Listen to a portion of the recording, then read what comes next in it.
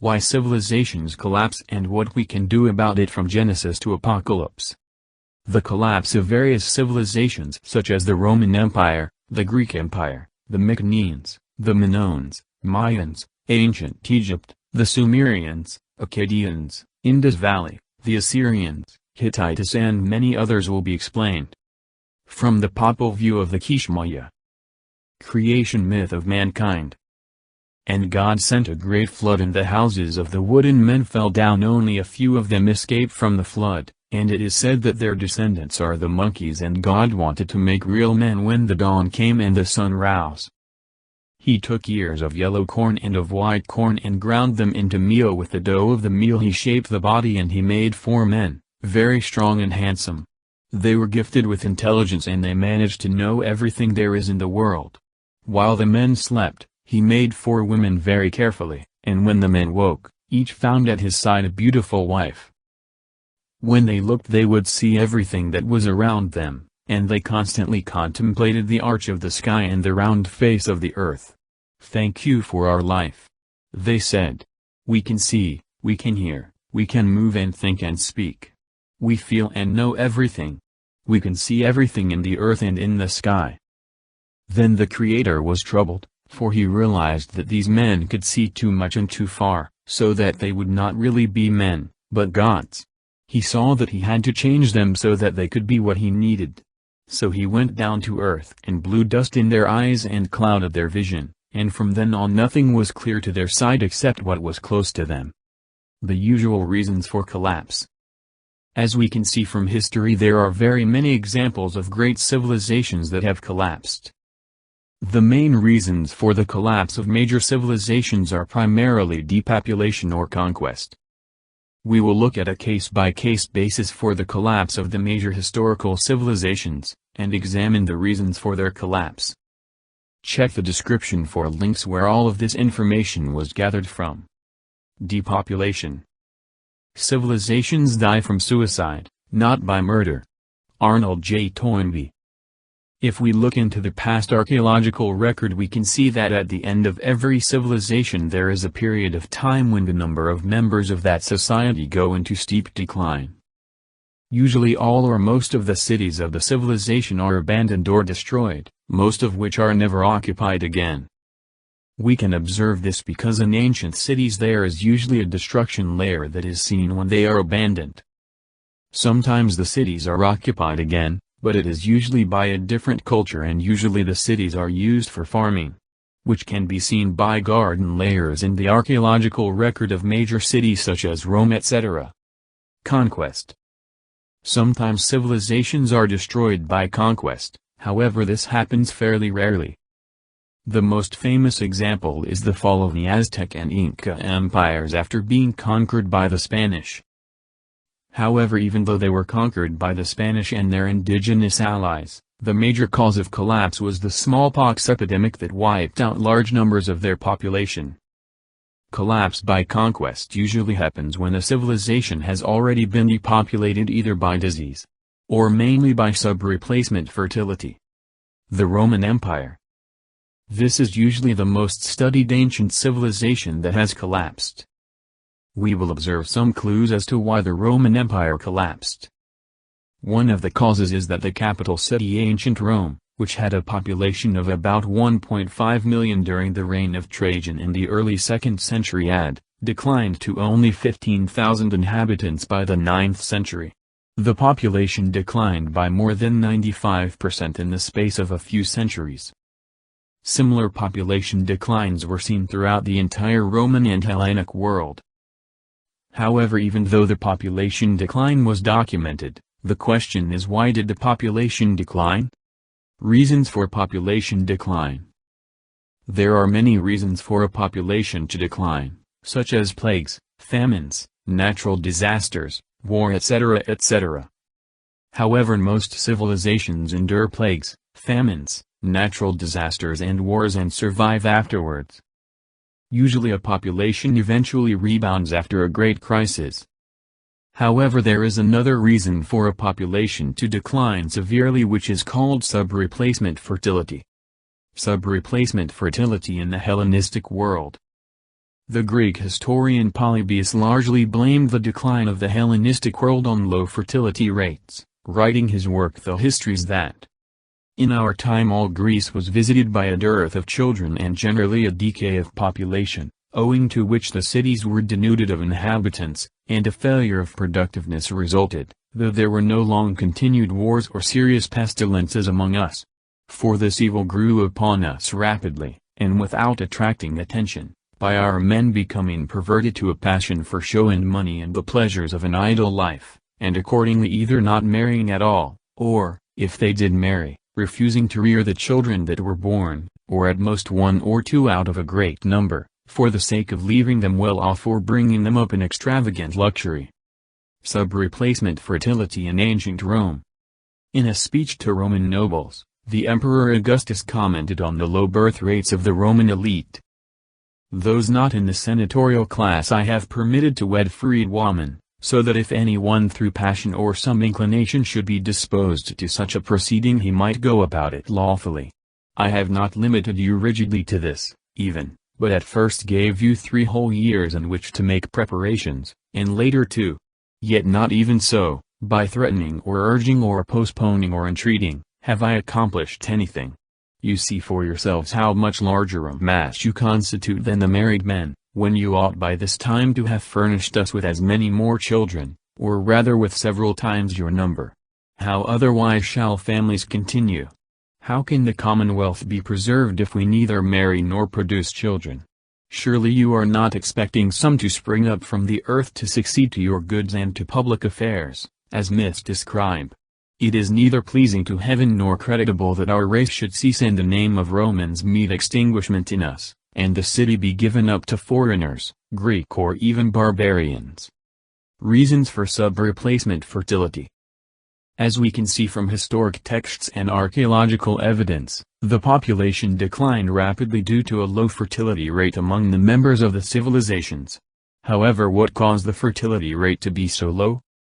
There are many reasons: high income levels, contraception, infertility, etc. Another one of the reasons is low mortality rates among the young. When most young people survive into adulthood, the fertility rate declines to accommodate this change. However, things that increase mortality such as war will increase fertility again, which was seen during the post-war baby boom. However, one of the main and time-tested reasons is urbanization. As people move to the city, their fertility rate declines steeply after a few generations. This is true today and it is true in ancient times as well.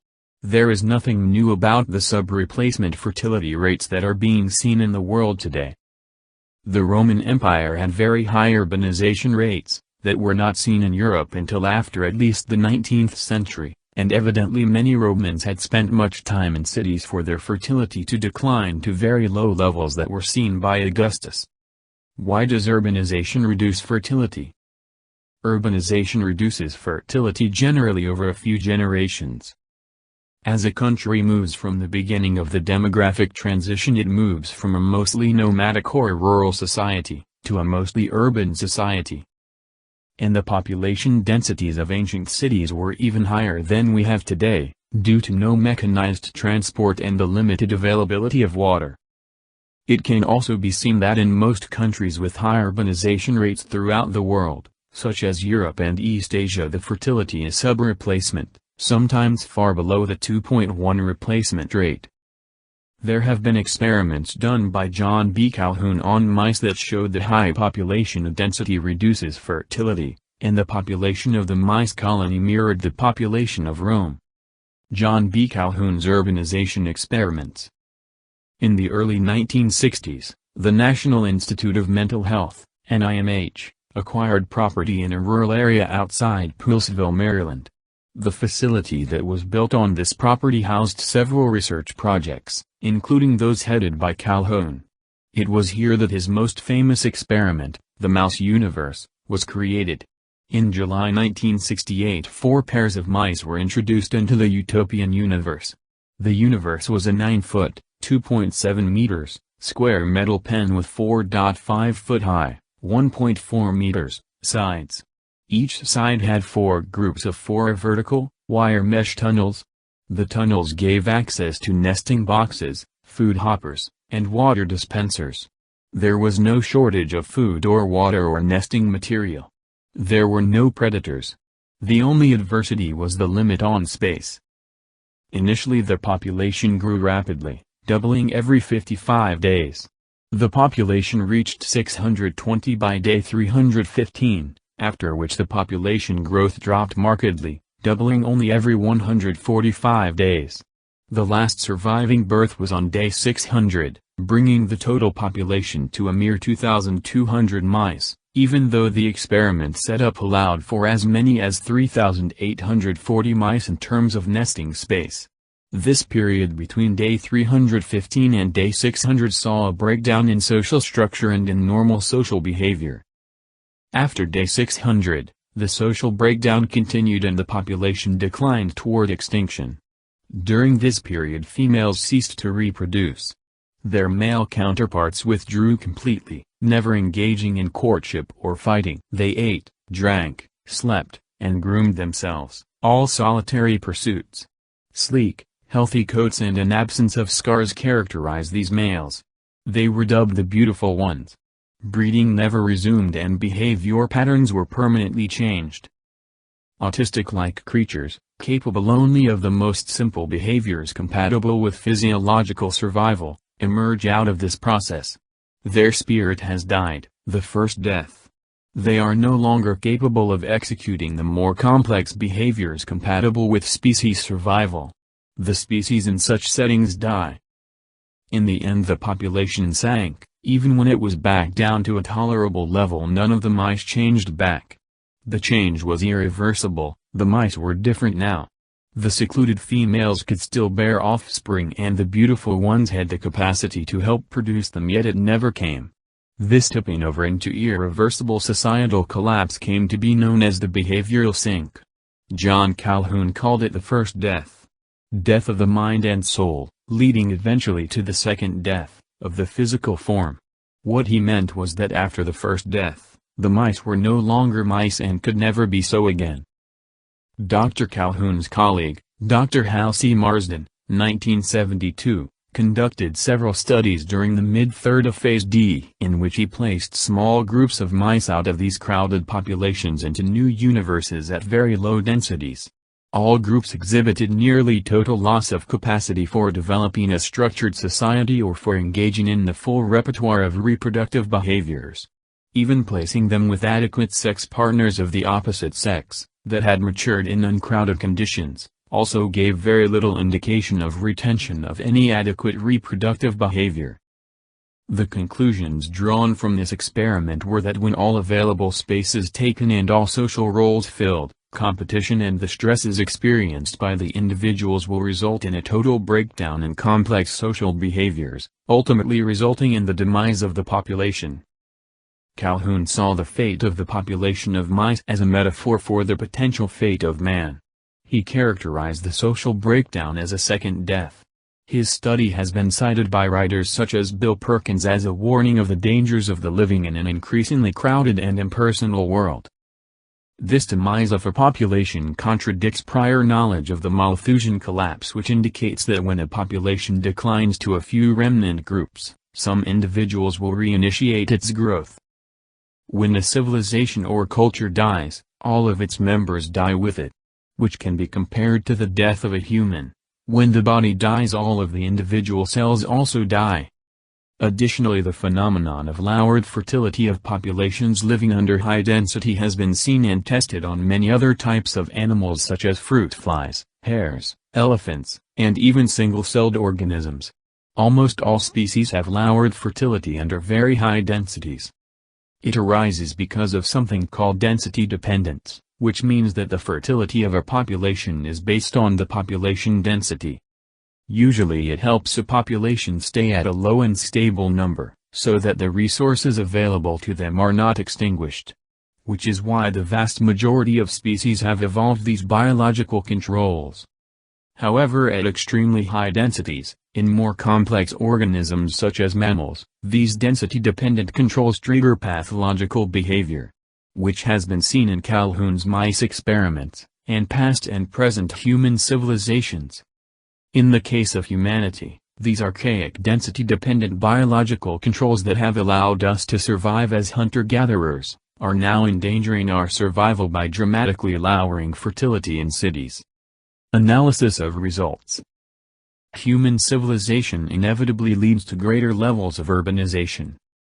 Past civilizations have all succumbed to sub-replacement fertility due to high urbanization rates. The textbook collapse of the major Roman and Greek civilizations can be seen again in the Bronze Age collapse of the Hittite Empire, the Mycenean Greeks and the New Kingdom of Egypt around 1000 BC that led to the Greek Dark Ages, the collapse of the Akkadian Empire and the Minoans and the Old Kingdom of Egypt around 2000 BC, in Central America's the Mayan collapse, the collapse of the Olmec civilization that came before them. In South America the less widely known Norte Chico collapse, the collapse of the Wari and Tiwanaku empires that came before the Incas. In Asia the Indus Valley civilization, and the Khmer Empire in Cambodia. All of these civilizations shared the same fate in the end, the rapid decline of population, the abandonment of cities, the invasion by barbarians. It can all be attributed to sub-replacement fertility, which the Roman and Greek historians have told us about. Alternative theories. Recently theories such as deforestation, climate change, and environmental damage have been surfacing as an explanation for the decline of most ancient civilizations. However, the archaeological evidence simply does not support these theories. For example, today regions which are experiencing population decline such as Eastern Europe and East Asia are losing their population due to sub-replacement fertility. Not deforestation, but the death of the family tree. The rapid catastrophic decline of population in ancient Rome and many other major ancient civilizations cannot be explained by climate change or any other environmental factor, but if you look closely at ancient history and archaeology you will see that population decline due to low birth rates is the answer. Carrying capacity. As has been demonstrated by the Calhoun experiment and the archaeological and historical evidence from ancient civilizations, it is not a Malthusian collapse due to overshooting the carrying capacity. It is a social collapse due to low birth rates that ends the civilizations. And in the modern world we have invented sustainable electricity, indoor farms, water desalination plants, robotics, high-rise buildings, all of which allow humanity to greatly increase the carrying capacity of the Earth. For example, the entire urban population of the Earth lives on just 3% of the surface area, and very few people in advanced societies are involved in agriculture. Also today many more people suffer from obesity than undernourishment. There is no shortage of food in the developed world. Oil is becoming cheaper and cheaper as we switch to renewables. With the advent of spacefaring technology we have realized that the universe is nearly infinite, and full of opportunity. Climate change. Although climate change is a very destructive force in the world, it is important to understand the causes of climate change. Things such as greenhouse gases do affect the temperature, however on a very small scale, especially considering the effects done only by human activity. Ice caps on Mars, the Moon and other solar system objects are melting, just like on Earth. All of this melting is not caused by humanity, but by the cycles of the Sun, which has also affected ice ages and hot spells in the past. However, in approximately 500 million to 1 billion years everything on Earth will die due to the Sun's increasing temperature. Which means the only hope for life to survive at all on the planet, is through humanity being able to think of a solution to preserve it. The future of humanity. As the majority of the people on the Earth in the past have lived in primarily hunter-gatherer tribes or rural communities, we have had near constant high fertility, but also high mortality rates. However, with the industrial, agricultural, and health revolutions we have seen the death rate fall rapidly, and as a consequence the population of the world increased rapidly in the past century. Now the majority of the world is moving to urban cities, and the urbanization rate is increasing all the time. Which means that fertility will continue to drop in the majority of the world. In the Middle East, in South Asia, in Latin America. Even countries which are seen as developing and highly religious, None are immune to the effects of urbanization. Only sub-Saharan Africa remains as a region with high growth, however they too will eventually share the same destiny. Currently around 50% of the world lives in sub-replacement fertility countries. By the end of the century, the UN predicts that only a handful of countries will have replacement fertility. If the trend persists, the human race will go extinct like the ancient Romans and Greeks and the other great civilizations before them. Once a population starts to decline from sub-replacement fertility, it is impossible to stop the decline. Without immigration, and even immigration is a temporary solution, as the immigrants will also copy the habits of the host population. Eventually a population with sub-replacement fertility will disappear. Possible solutions. Since no past civilization on Earth has been able to survive sub-replacement fertility due to urbanization, we can see that the contemporary solutions available to us have very low chances of success. Paying someone to have children does seem like a good economic trade-off, as the future adult will generate a much greater revenue from taxes than the state would have to pay for the child. Additionally, it recognizes the economic contribution done by women, by raising future citizens. Immigration is even better, as the state does not pay anything towards the raising of the child. However, many cultures are against immigration. And cultures who took in large amounts of immigrants in the ancient past, eventually collapsed as well, since the immigrants were also assimilated into the low fertility culture. Even the Emperor of Rome could not do anything to encourage higher birth rates among the Romans. And the modern economic incentives that have been incorporated by many European and East Asian countries have mostly not been successful in raising fertility back to replacement levels.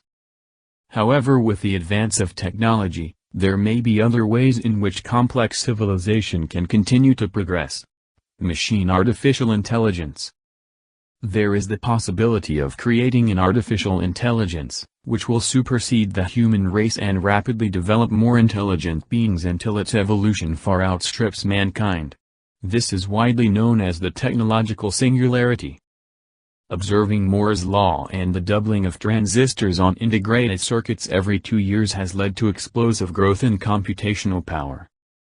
More recently, artificial neural network computers have been invented that can learn from past experience like biological brains. And in the future, the prospect of quantum computers may increase the computational speed of these neural network computers to develop something close to artificial intelligence. Advanced reproductive technology.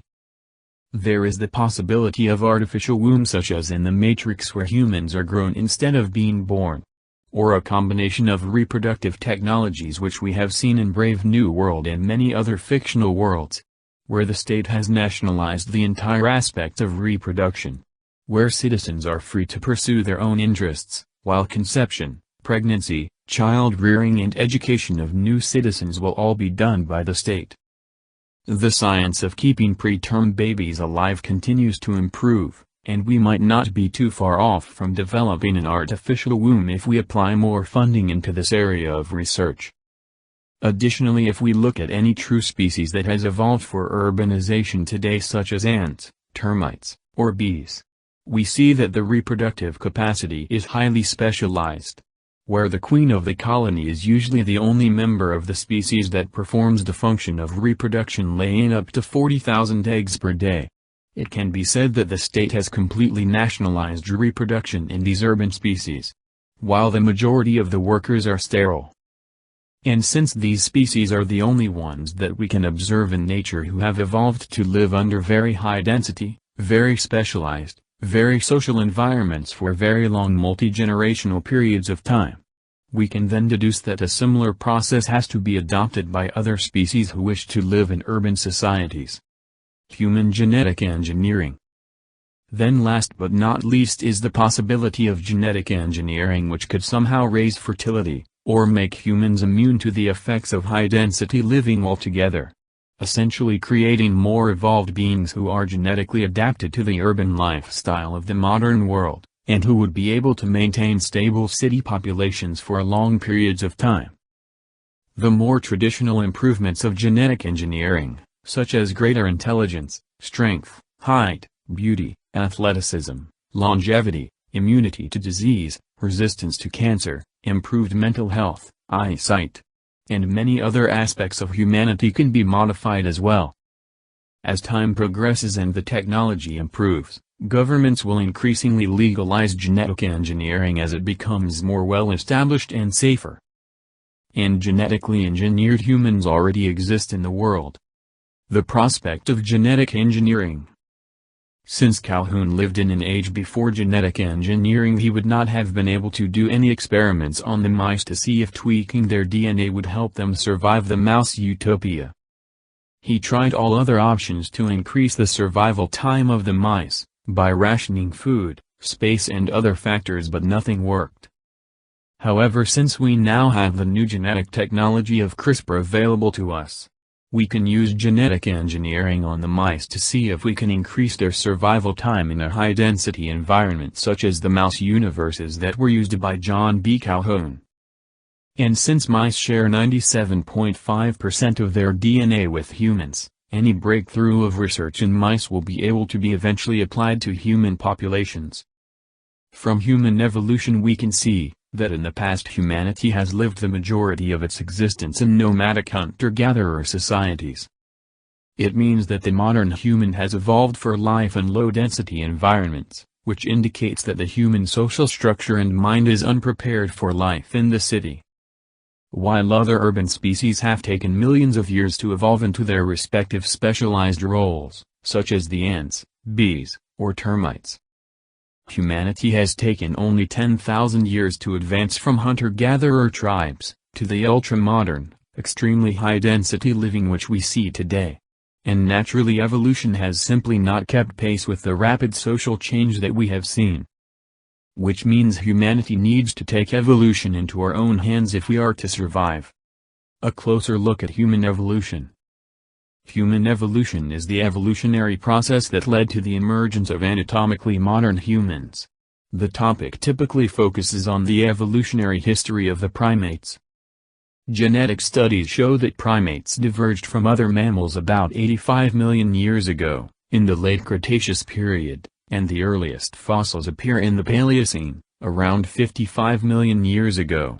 The Hominoidea superfamily diverged from the gibbon family some 15 to 20 million years ago. African great apes diverged from orangutans about 14 million years ago. The Hominini tribe parted from the Guarani tribe about 8 million years ago, and, in turn, the subtribes Hominina and chimps separated about 7.5 million years ago. The earliest documented representative of the genus Homo is Homo habilis, which evolved around 2.8 million years ago, and is arguably the earliest species for which there is positive evidence of the use of stone tools. It is believed that Homo erectus and Homo ergaster were the first to use fire and complex tools, and were the first of the hominin to leave Africa, spreading throughout Africa, Asia, and Europe between 1.3 to 1.8 million years ago. According to archaeology, modern humans evolved in Africa possibly from Homo heidelbergensis and migrated out of the continent some 50,000 years ago, gradually replacing local populations of Homo erectus, Denisovans, Florigiensis and Neanderthalensis. Archaic Homo sapiens, the forerunner of anatomically modern humans, evolved in the Middle Paleolithic between 400,000 and 250,000 years ago. Recent DNA evidence suggests that several haplotypes of Neanderthal origin are present among all non-African populations, and Neanderthals and other hominins, such as Denisovans, may have contributed up to 6% of their genome to present-day humans, suggestive of a limited interbreeding between these species. The transition to behavioral modernity with the development of symbolic culture, language, and specialized lithic technology happened around 50,000 years ago according to many anthropologists. The transition to behavioral modernity has been characterized by some as a Eurasian Great Leap Forward, or as the Upper Paleolithic Revolution, due to the sudden appearance of distinctive signs of modern behavior and big game hunting. It is interesting to note that 50,000 years ago is when Neanderthals and Homo sapiens are known to have interbred, and immediately after this point in time, Their descendants, the Neanderthal Homo sapiens hybrids, were able to colonize the rest of the world quite rapidly. The first humans with proto-Neanderthal traits are believed to have existed in Eurasia as early as 350,000 to 600,000 years ago, with the first true Neanderthals appearing between 200,000 and 250,000 years ago. Neanderthal anatomy differed from modern humans in that they had a more robust build and distinctive morphological features. These include shorter limb proportions, a wider, barrel-shaped ribcage, a reduced chin and, perhaps most notably, a large nose, which was much larger in both length and width, and started somewhat higher on the face, than in modern humans. Evidence suggests they were much stronger than modern humans, with particularly strong arms and hands, while they were comparable in height, based on 45 long bones from at most 14 males and 7 females. Neanderthal males averaged 164 to 168 centimeters and females 152 to 156 centimeters tall. A 2007 genetic study suggested some Neanderthals may have had red hair and blonde hair, along with a light skin tone. A 2013 study of Neanderthal skulls suggests that their eyesight may have been better than that of modern humans, owing to larger eye sockets and larger areas of the brain devoted to vision. Also, Neanderthals are known for their large cranial capacity of 1,600 cm, which was notably larger than the 1,250 to 1,400 cm average for modern humans. Another characteristic of the Neanderthals was the occipital bone, which is a prominent bulge or projection of the occipital bone at the back of the skull. While common in Neanderthals, the protrusion is relatively rare in modern Homo sapiens. A greater proportion of early modern Europeans had them, but prominent occipital bones in modern populations are now relatively infrequent. Neanderthals made advanced tools, probably had a language and lived in complex social groups. The Molodovaya archaeological site in eastern Ukraine suggests some Neanderthals built dwellings using animal bones. A building was made of mammoth skulls, jaws, tusks and leg bones, and had 25 hearths inside. Circumstantial evidence suggests Neanderthals may have been building some form of watercraft since the Middle Paleolithic. Scientists have speculated that these watercraft may have been similar to dugout canoes, which are among the oldest known boats in the archaeological record. Mycenean stone tools discovered on the southern Ionian Islands suggests that Neanderthals were sailing the Mediterranean Sea as early as 110,000 years ago. Quartz hand axes, three-sided picks, and stone cleavers from Crete have also been recovered that date back about 170,000 years ago. It was once thought that Neanderthals lacked the sophistication for hunting, but increasing evidence suggests they were apex predators, capable of bringing down a wide range of prey from red deer, reindeer, ibex and wild boar, to larger animals such as aurochs and even, on occasion, mammoth, straight-tusked elephant and rhinoceros. However, while they were largely carnivorous, new studies indicate Neanderthals also had cooked vegetables in their diet. A specific example of their skill is the practice of starting a wood fire. They may have used manganese dioxide to accelerate the combustion of wood, and produced fire on demand. Manganese dioxide is known to lower the combustion temperature of wood from 350 degrees Celsius to 250 degrees Celsius. A number of Neanderthal sites preserve evidence of burials of the dead. There is also evidence of flutes and other musical instruments, and also the use of jewelry. Mycenean tools that have been found in Europe were made by Neanderthals and date from between 600,000 BP and 40,000 BP. Some assemblages, namely those from patched glaze, include exceptionally small points prepared using the leaf-loss technique, causing some researchers to suggest that these flakes take advantage of greater grip strength possessed by Neanderthal physiology in North Africa and the Near East. Mycenean tools were also produced by anatomically modern humans. In the Levant, for example, assemblages produced by Neanderthals are indistinguishable from those made by Caffs-type modern humans. It may be an example of acculturation of modern humans by Neanderthals because the culture after 130,000 years reached the Levant from Europe. The first Mycenean industry appears there 200,000 BP, and the modern Kafza-type humans appear in the Levant another 100,000 years later. Neanderthals were known to be a lot less social than humans. The size and distribution of archaeological sites shows that Neanderthals spent their lives mostly in small groups of 2 to 10 individuals, compared to 2 to 30 individuals for Cro-Magnon humans. In fact, artifacts from Neanderthal sites suggest they had just a 30-mile (48.3 kilometers) trading radius, while human trade networks at the time could span 200 miles (321.9 kilometers), Dunbar said. Also, it is found that autism spectrum disorders and neurodiversity are much more common in non-sub-Saharan African populations. Conditions such as Asperger's are a lot more common in males than females, and it is known that Neanderthal DNA has primarily been passed on through the Y chromosome, while the Neanderthal mitochondrial line DNA is absent in modern humans.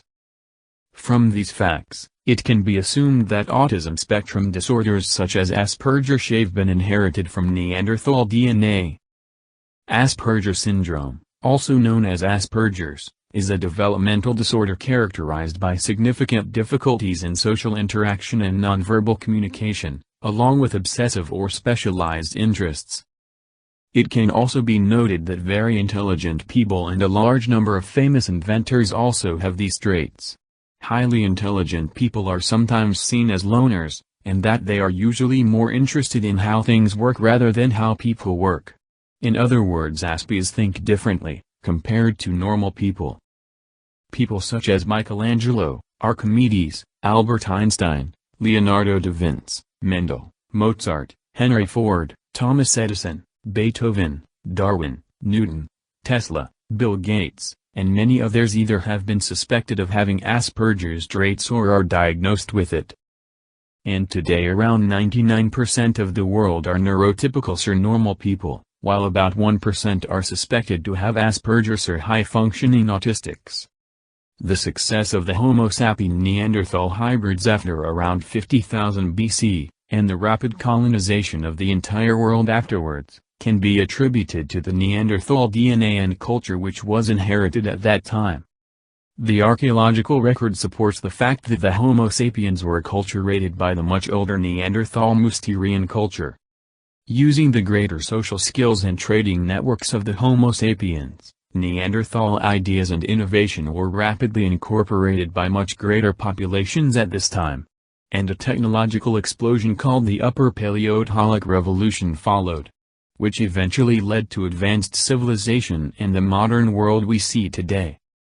There is also an important distinction to be made between when humans developed the ability to invent, in contrast to developing the ability to adopt, modern human behavior. As a modern analogy, there is no shortage of musicians in the world trying to compose new and original music, but only a handful every year that successfully manage to compose lasting worldwide hit songs. Yet essentially all of the other aspiring composer-musicians can almost trivially learn to play those hit songs once they've heard them, with analogous undertakings in literature, art, science and technology etc. A dramatic and sudden increase in complexity of human behavior is thus fully plausible even if significantly less than 1% of humanity developed the genetic ability to invent, provided that the remaining 99% had no significant problems with adopting those inventions. There is potentially an evolutionary abyss between inventing and adopting. For instance, Homo erectus and Homo ergaster produced with little advancement essentially the same sharpened stone tools for over 1 million years, but there is no scientific evidence at hand that could prove that they were incapable of producing composite stone tools, such as spears, if shown how to do so. The late Upper Paleolithic model, or Upper Paleolithic Revolution, refers to the idea that, though anatomically modern humans first appear around 150,000 years ago, they were not cognitively or behaviorally modern until around 50,000 years ago, leading to their expansion into Europe and Asia. These authors note that traits used as a metric for behavioral modernity do not appear as a package until around 40 to 50,000 years ago. Klein, 1995, specifically describes evidence of fishing, bones shaped as tools, hearths, significant artifact diversity, and elaborate graves are all absent before this point. According to these authors, art only becomes common beyond this switching point, signifying a change from archaic to modern humans. Most researchers argue that a neurological or genetic change caused this revolutionary change in our species. Genesis and the fall of man. In the Bible it speaks of the tree of the knowledge of good and evil, and how mankind was warned not to eat it. The Lord took the man and put him in the Garden of Eden to work it and keep it. And the Lord commanded the man, saying, You may surely eat of every tree of the garden, but of the tree of the knowledge of good and evil you shall not eat, for in the day that you eat of it you shall surely die. Now the serpent was more crafty than any of the wild animals the Lord had made. He said to the woman, Did God really say, You must not eat from any tree in the garden? The woman said to the serpent, We may eat fruit from the trees in the garden, but God did say, You must not eat fruit from the tree that is in the middle of the garden, and you must not touch it, or you will die. You will not certainly die, the serpent said to the woman. For God knows that when you eat from it your eyes will be opened, and you will be like God, knowing good and evil. When the woman saw that the fruit of the tree was good for food and pleasing to the eye, and also desirable for gaining wisdom, she took some and ate it. She also gave some to her husband, who was with her, and he ate it. Then the eyes of both of them were opened, and they realized they were naked, so they sewed fig leaves together and made coverings for themselves. They became civilized. Afterwards they were removed from the Garden of Eden, the original state of man where they lived free from civilization. In this state man was immortal. But as soon as they became civilized they became mortal. When Adam sinned, sin entered the world. Adam's sin brought death, so death spread to everyone, for everyone sinned. Still, everyone died from the time of Adam to the time of Moses, even those who did not disobey an explicit commandment of God, as Adam did. Afterwards the Bible says, Then the Lord said, Behold, the man has become like one of us in knowing good and evil. Now, lest he reach out his hand and take also of the tree of life and eat, and live forever. Therefore the Lord sent him out from the Garden of Eden to work the ground from which he was taken. He drove out the man, and at the east of the Garden of Eden he placed the cherubim and a flaming sword that turned every way to guard the way to the tree of life. Which means if man is able to access the tree of life, in other words DNA or the genetic code, then we can become immortal again like we were in the Garden of Eden. The tree of life. Calhoun's thoughts. I shall largely speak of mice, but my thoughts are on man, on healing, on life and its evolution. Threatening life and evolution are the two deaths, death of the spirit and death of the body. Evolution, in terms of ancient wisdom, is the acquisition of access to the tree of life.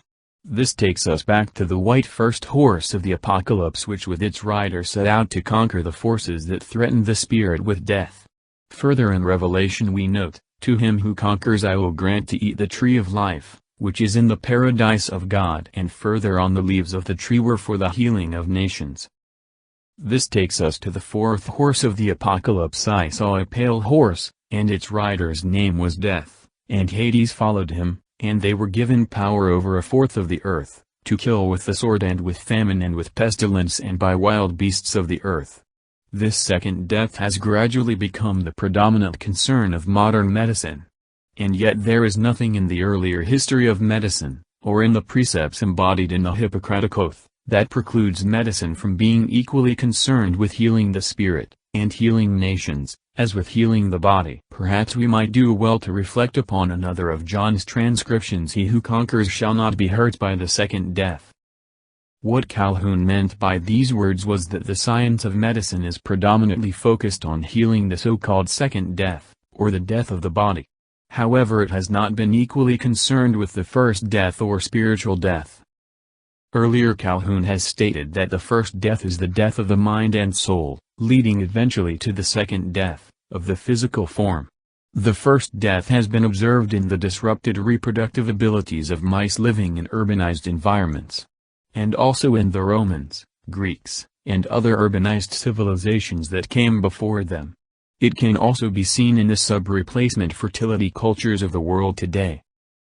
However, he explicitly states that there is nothing stopping medicine from being concerned with the healing of the spirit as well as the body. Genetic engineering is being increasingly used in medicine to heal a vast variety of ailments that are harmful to humanity. And advanced reproductive technologies have been developed to help people who would otherwise be infertile. When a young person loses the ability to reproduce, it is usually seen as a tragedy. When entire nations lose their ability to reproduce, it should be approached in the same manner. A medical condition to which possible cures should be being researched, developed and implemented. Prophecies of the Bible. Daniel chapter 2 tells us how Daniel interpreted a dream of Nebuchadnezzar, king of Babylon. The king saw a gigantic statue made of 4 metals, from its gold head to its feet of mingled iron and clay. As he watched, a stone not cut by human hands destroyed the statue and became a mountain filling the whole world. Daniel explained to the king that the statue represented 4 successive kingdoms beginning with Babylon, while the stone and mountain signified a kingdom established by God which would never be destroyed nor given to another people. The dream and its interpretation are given in verses 31-45. Nebuchadnezzar then acknowledges the supremacy of Daniel's God and raises him to high office in Babylon. The coming of the new dark age. Many people are predicting the coming of a new dark age, and a dark age usually happens after a collapse of population in the leading civilization. Once the critical mass of population required for any type of specialization is no longer there, it causes most people to revert to subsistence agriculture. These dark ages have been seen many times in history, and usually it takes thousands of years for civilization to recover. Which means we are living in a golden age, the apex of our civilization. And this is the first and only time a world civilization has advanced enough to invent genetic engineering, and the possibility of advanced reproductive technologies.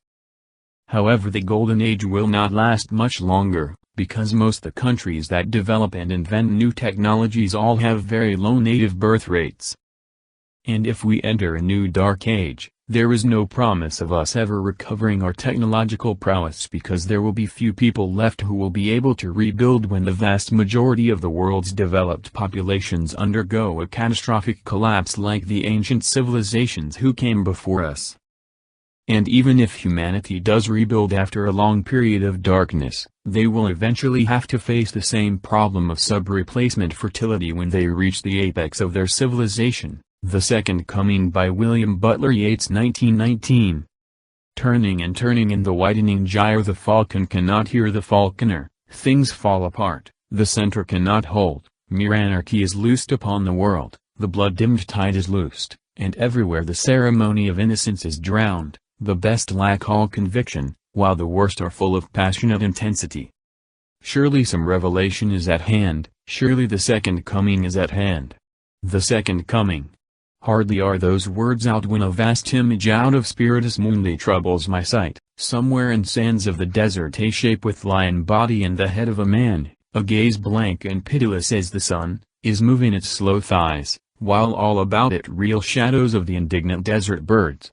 The darkness drops again, but now I know that 20 centuries of stony sleep were vexed to nightmare by a rocking cradle, and what rough beast, its hour come round at last, slouches towards Bethlehem to be born. A possible answer to the Fermi paradox.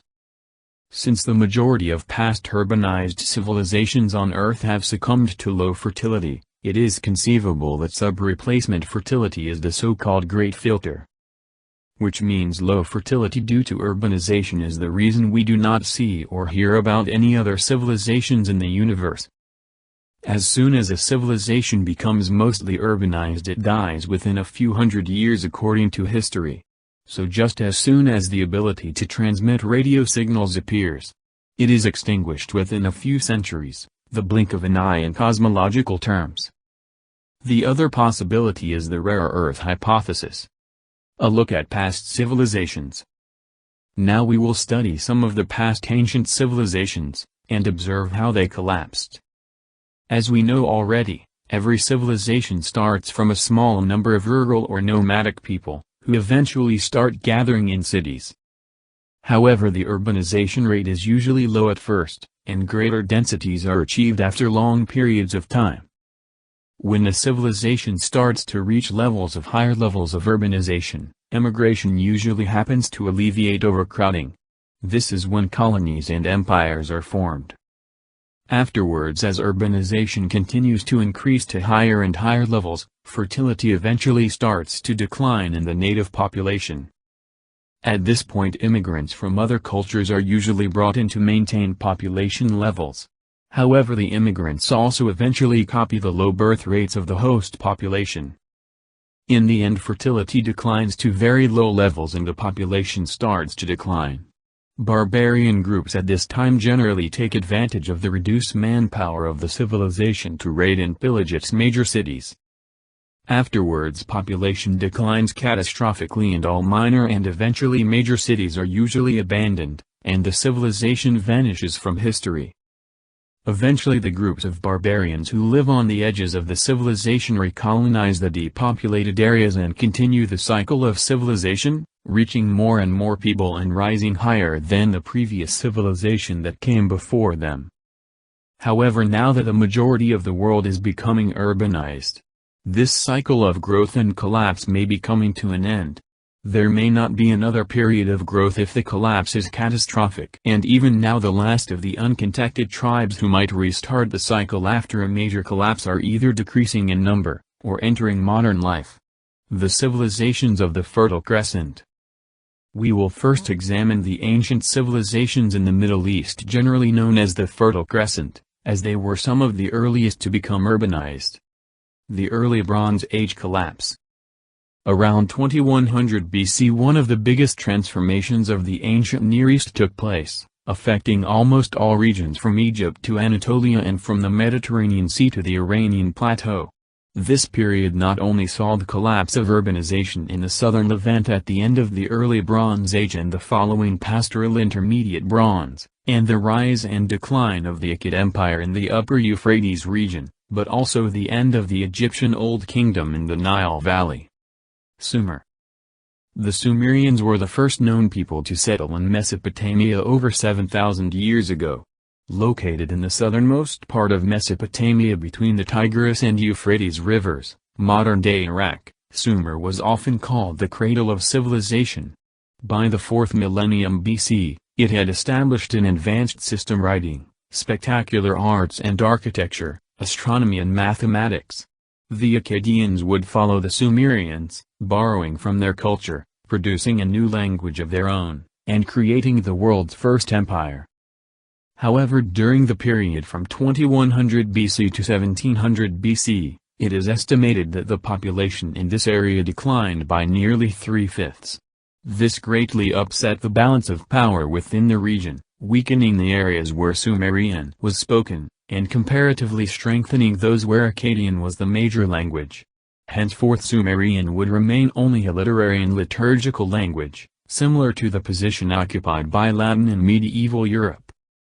Following an Elamite invasion and sack of Ur during the rule of Ibn Sin, circa 1940 BC, Sumer came under Amorites' rule, taken to introduce the Middle Bronze Age.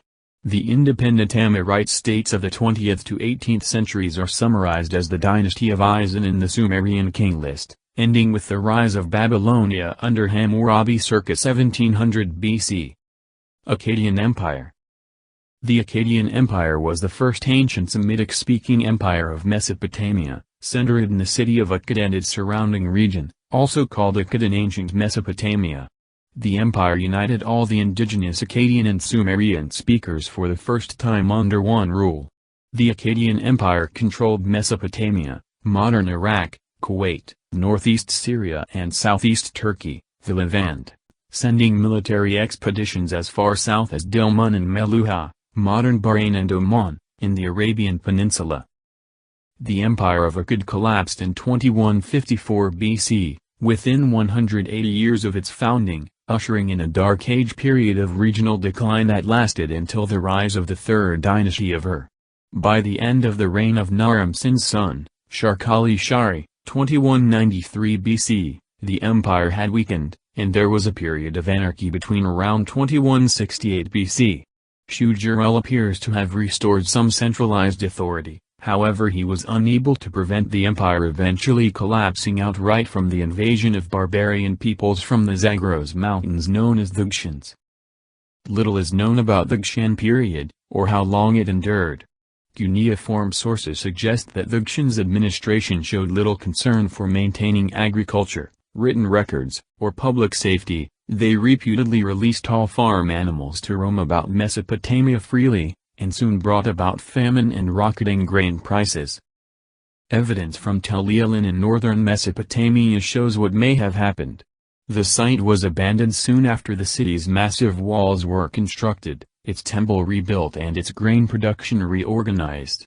The debris, dust and sand that followed show no trace of human activity. Tel Brak shrank in size by 75%. Trade collapsed. Nomadic herders such as the Amorites moved herds closer to reliable water supplies, bringing them into conflict with Akkadian populations. At 2200 BC, after 4 centuries of urban life, the abandonment of Tel El, regional desertion, and collapse of the Akkadian Empire based in southern Mesopotamia. Synchronous collapse in adjacent regions such as the Old Kingdom of Egypt suggests that the collapse was extensive. Old Kingdom of Egypt. The Old Kingdom is the name given to the period in the 3rd millennium BC when Egypt attained its first continuous peak of civilization, the first of 3 so-called kingdom periods, which mark the high points of civilization in the lower Nile Valley, the others being Middle Kingdom and the New Kingdom.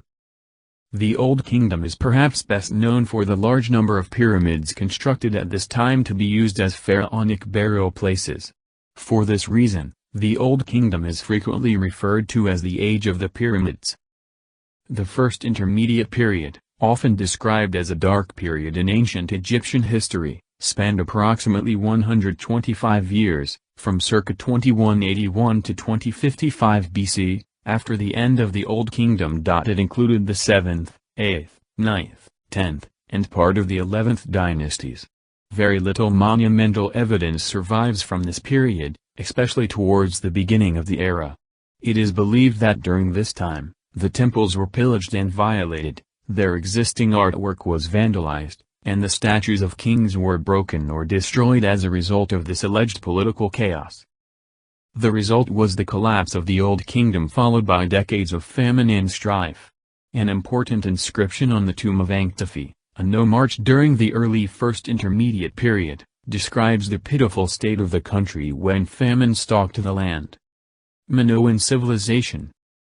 The Minoan civilization was an Aegean Bronze Age civilization that arose on the island of Crete and other Aegean islands and flourished from approximately 3650 to 1400 BC.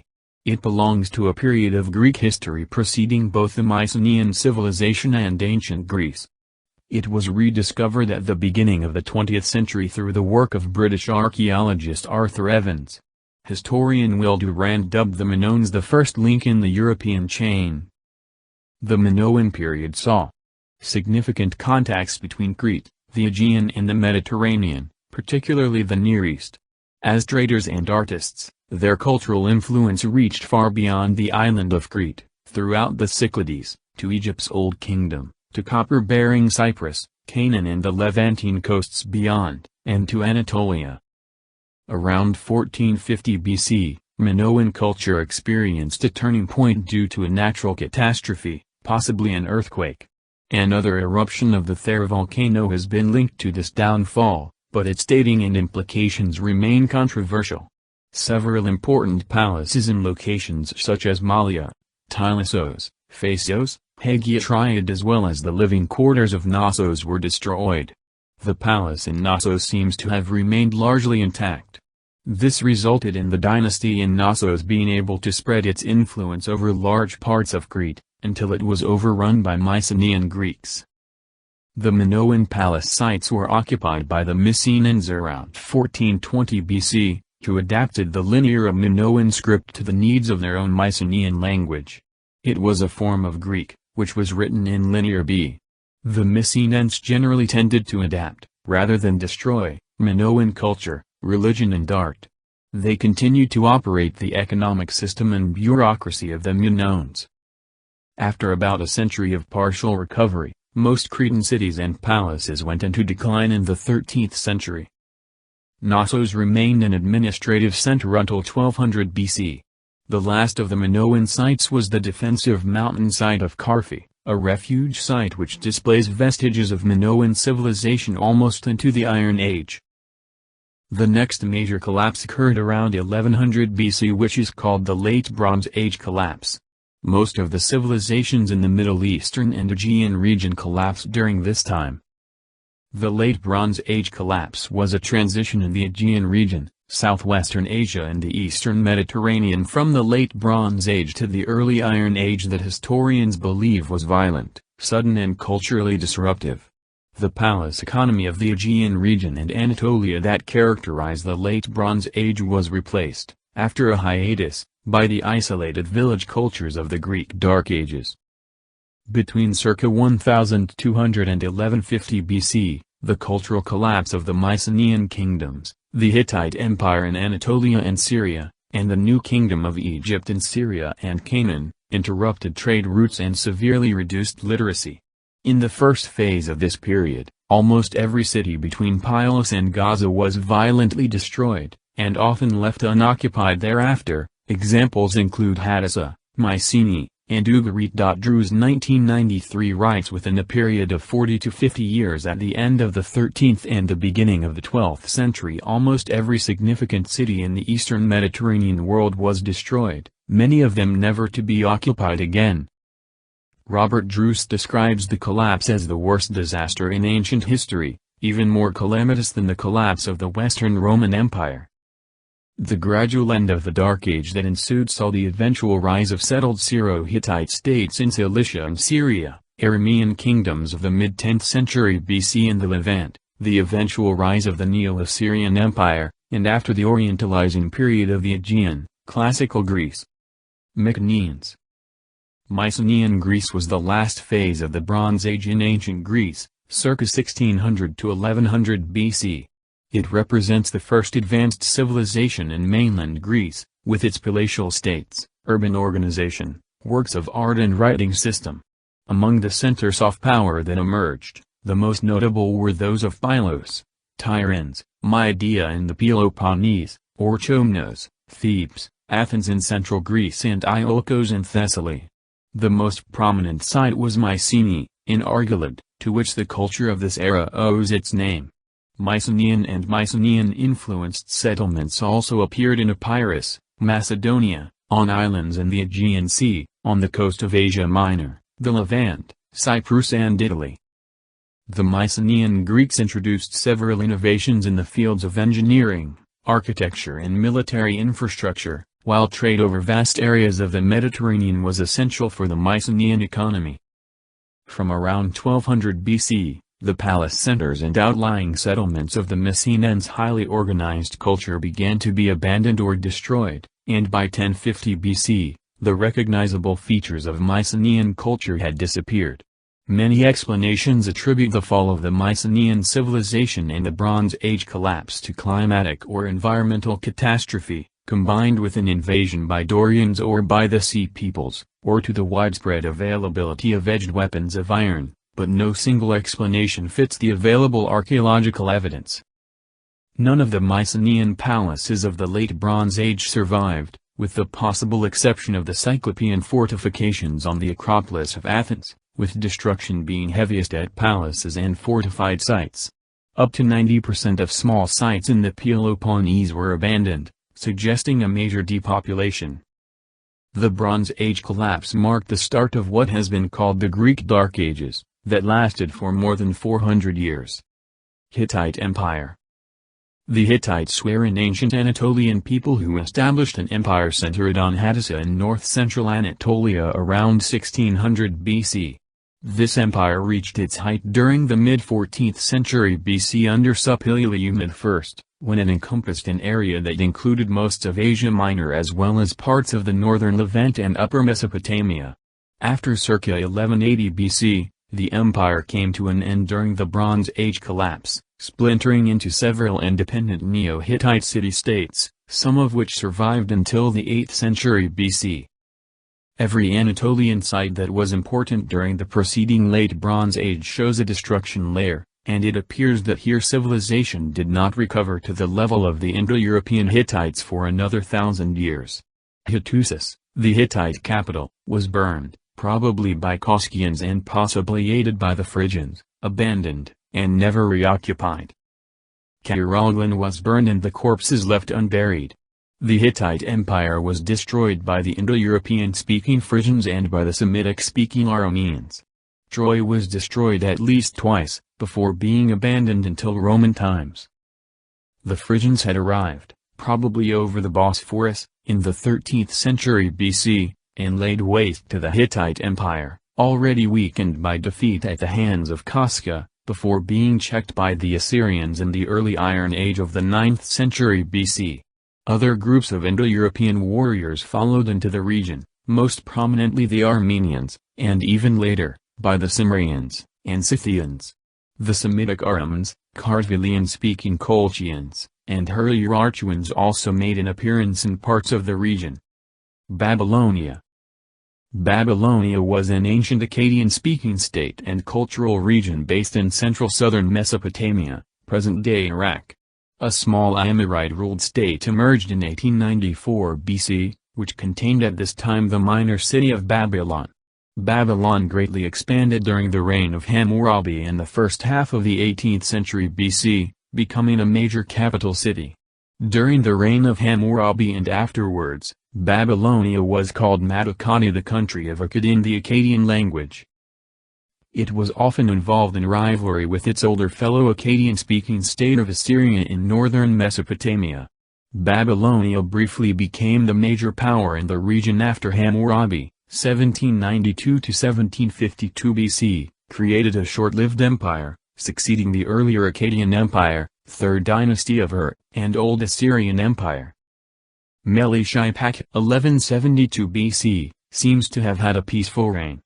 Despite not being able to regain northern Babylonia from Assyria, no further territory was lost, Elam did not threaten, and the Bronze Age collapse now affecting the Levant, Canaan, Egypt, the Caucasus, Asia Minor, Mediterranean, North Africa and Balkans seemed to have little impact on Babylonia, or indeed Assyria. War resumed under subsequent kings such as Marduk-apli-Danai, 1171 BC. The long-reigning Assyrian king Ashur-danai, 1133 BC, resumed expansionist policies and conquered further parts of northern Babylonia from both kings, and the Elamite ruler Shutrukhnund eventually conquered most of eastern Babylonia. Enlil-nadin, 1155 BC, was finally overthrown and the Kassite dynasty ended after Ashur-danai conquered yet more of northern and central Babylonia, and the equally powerful Elamite king Shutrukhnund pushed deep into the heart of Babylonia itself, sacking the city and slaying the king. Poetical works have been found lamenting this disaster. New Kingdom of Egypt. Egyptian evidence shows that from the reign of Horemheb, 1292 BC, wandering Shasu were more problematic than the earlier Apru. Ramesses II ruled 1279 to 1213 BC, campaigned against them, pursuing them as far as Moab, where he established a fortress, after the near collapse at the Battle of Kadesh. During the reign of Merneptah, the Shasu threatened the way of Horus north from Gaza. Evidence shows that Deir-Allah was destroyed after the reign of Queen Tazrit, 1189 BC. The destroyed site of Lachish was briefly reoccupied by squatters and an Egyptian garrison, during the reign of Ramesses III, ruled 1186 to 1155 BC. All centers along a coastal route from Gaza northward were destroyed, and evidence shows Gaza, Ashdod, Ashkelon, Akko, and Jaffa were burned and not reoccupied for up to 30 years. Inland Hazor, Bethel, Beit Shemesh, Eglon, Dibur, and other sites were destroyed. After apparently surviving for a while, the Egyptian Empire collapsed in the mid-12th century BC, during the reign of Ramesses VI, 1145 to 1137 BC. Previously, the Merneptah stele, circa 1200 BC, spoke of attacks from Libyans, with associated people of Eqesh, Shekelesh, Lucca, Shardana and Tersha or Tiresh, possibly Troas. A second attack during the reign of Ramesses III, 1186 to 1155 BC, involved Peliset, Jeker, Shardana, and Danayan. Assyrian Empire. Assyria, a major Mesopotamian East Semitic-speaking kingdom and empire of the ancient Near East, existed as an independent state from perhaps as early as the 25th century BC, until its collapse between 612 BC and 599 BC, spanning the mid to early Bronze Age through to the late Iron Age. The Bronze Age collapse from 1200 BC to 900 BC was a dark age for the entire Near East, North Africa, Asia Minor, Caucasus, Mediterranean and Balkan regions, with great upheavals and mass movements of people. Assyria and its empire were not unduly affected by these tumultuous events for some 150 years, perhaps the only ancient power that was not. However, upon the death of Ashur-bel-kala in 1056 BC, Assyria went into a comparative decline for the next 100 or so years. The empire shrank significantly, and by 1020 BC Assyria appears to have controlled only areas close to Assyria itself. New West Semitic-speaking peoples such as the Arams, Chaldeans and Suteans moved into areas to the west and south of Assyria, including overrunning much of Babylonia to the south. Indo-European-speaking Iranic peoples such as the Medes, Persians and Parthians moved into the lands to the east of Assyria, displacing the native Gshuns and pressuring Elam and Mania, which were all ancient non-Indo-European civilizations of Iran, and to the north the Phrygians overran the Hittites, a new Hurrian state named Urartu arose in the Caucasus, and Sumerians, Colchians, Georgians, and Scythians around the Black Sea and Caucasus. Egypt was divided and in disarray, and Israelites were battling with other West Asian peoples such as the Amalekites, Moabites, Edomites and Ammonites and the non-Semitic-speaking Peliset, Philistines, who have been conjectured to be one of the so-called Sea Peoples, for the control of southern Canaan. Despite the apparent weakness of Assyria in comparison to its former might, at heart it in fact remained a solid, well-defended nation whose warriors were the best in the world. Assyria, with its stable monarchy, powerful army and secure borders was in a stronger position during this time than potential rivals such as Egypt, Babylonia, Elam, Phrygia, Urartu, Persia, and Media. Kings such as Ashur-bel-kala, Tiglath-Pileser and Ashur-dan II successfully defended Assyria's borders and upheld stability during this tumultuous time. Neo-Assyrian Empire. The Neo-Assyrian Empire is usually considered to have begun with the accession of Adad-nirari in 911 BC, lasting until the fall of Nineveh at the hands of the Babylonians, Chaldeans, Medes, Persians, Scythians and Sumerians in 612 BC. Centered on the Tigris in Upper Mesopotamia, the Assyrians came to rule powerful empires as several times. Making up a substantial part of the greater Mesopotamian cradle of civilization, which included Sumer, the Akkadian Empire, and Babylonia, Assyria was at the height of technological, scientific and cultural achievements for its time.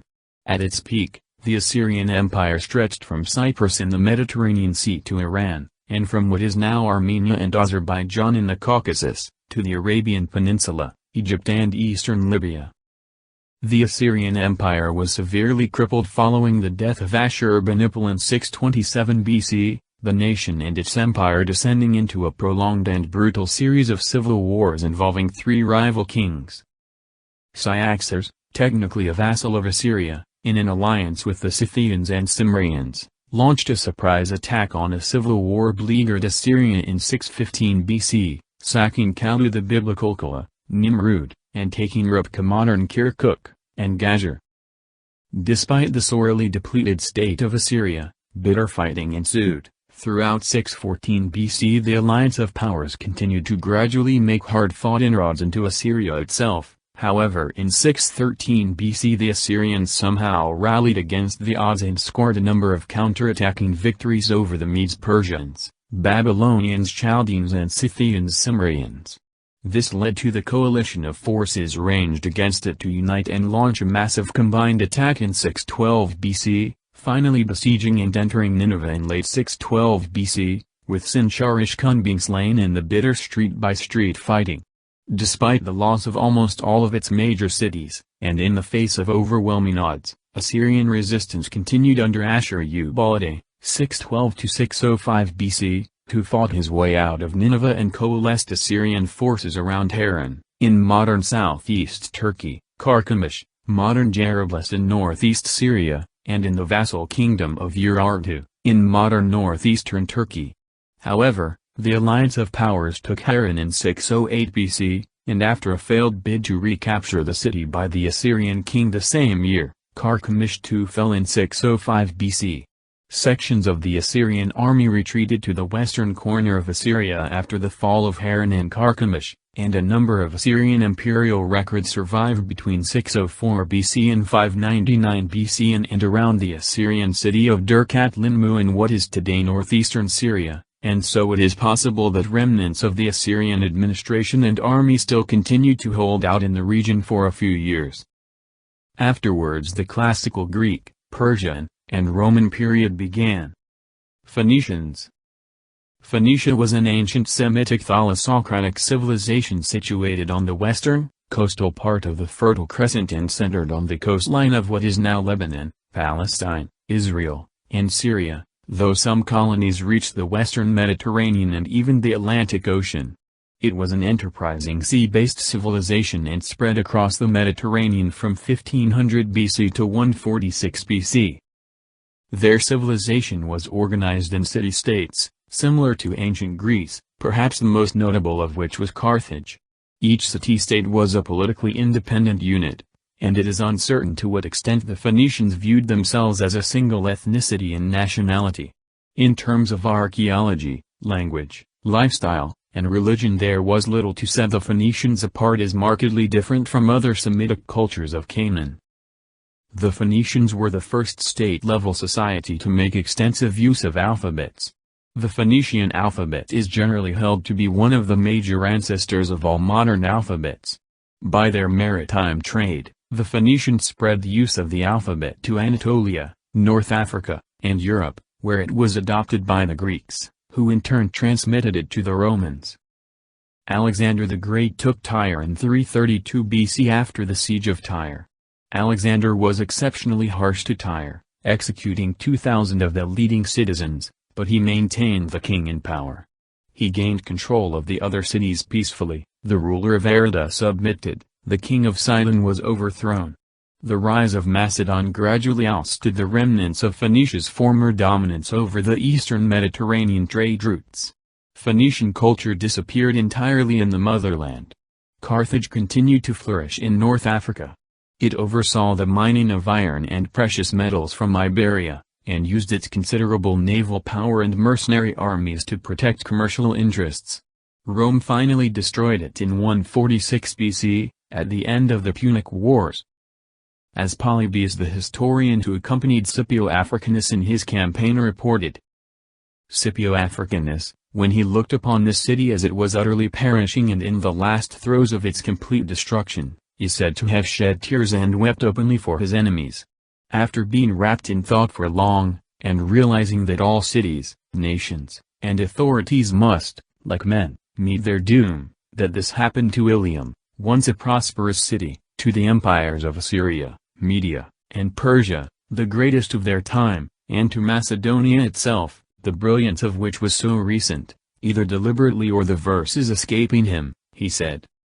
A day will come when sacred Troy shall perish, and Priam and his people shall be slain. And when Polybius, speaking with freedom to him, for he was his teacher, asked him what he meant by the words, they say that without any attempt at concealment he named his own country, for which he feared when he reflected on the fate of all things human. The last remains of a distinct Punic culture probably disappeared somewhere in the chaos during the fall of the Western Roman Empire. The demographic and cultural characteristics of the region were thoroughly transformed by turbulent events such as the Vandals' wars with Byzantines, the forced population movements that followed and the early Muslim conquests in the 7th century. Ancient Greece was a civilization belonging to a period of Greek history that lasted from the Archaic period of the 8th to 6th centuries BC, to the end of antiquity, circa 600 AD, Included in ancient Greece is the period of Classical Greece, which flourished during the 5th to 4th centuries BC. Classical Greece began with a repelling of a Persian invasion by Athenian leadership. Classical Greek culture, especially philosophy, had a powerful influence on the Roman Empire, which carried a version of it to many parts of the Mediterranean basin and Europe. For this reason Classical Greece is generally considered to be the seminal culture which provided the foundation of modern Western culture and is considered as the cradle of Western civilization. In the 8th century BC, Greece began to emerge from the Dark Ages which followed the fall of the Mycenean civilization. Literacy had been lost and Mycenean script forgotten, but the Greeks adopted the Phoenician alphabet, modifying it to create the Greek alphabet. From about the 9th century BC written records begin to appear. A rapidly increasing population in the 8th and 7th centuries had resulted in emigration of many Greeks to form colonies in Magna Graecia, southern Italy and Sicily, Asia Minor and further afield. The emigration effectively ceased in the 6th century, by which time the Greek world had, culturally and linguistically, become much larger than the area of present-day Greece. The Hellenistic period lasted from 323 BC, which marked the end of the wars of Alexander the Great, to the annexation of Greece by the Roman Republic in 146 BC. Although the establishment of Roman rule did not break the continuity of Hellenistic society and culture, which remained essentially unchanged until the advent of Christianity, it did mark the end of Greek political independence. Around 400 AD Greece faced invasions from the Heruli, Goths, and Vandals during the reign of Romulus Augustulus. Stilicho, who acted as regent for Arcadius, evacuated Thessaly when the Visigoths invaded in the late 4th century. Arcadius' chamberlain Eutropius allowed Alaric to enter Greece, and he looted Athens, Corinth and the Peloponnese. Stilicho eventually drove him out around 397 and Alaric was made Magister Militum in Illyricum. Eventually, Alaric and the Goths migrated to Italy, sacked Rome in 410, and built the Visigothic kingdom in Iberia, which lasted until 711 with the advent of the Arabs. Greece remained part of the relatively unified eastern half of the empire, which eventually became the center of the remaining Roman Empire, the Eastern Roman or Byzantine Empire. The polis, as an institution, appears to have remained prosperous until at least the 6th century. Contemporary texts such as Hierarchal Syntagmos affirm that late antiquity Greece was highly urbanized and contained approximately 80 cities.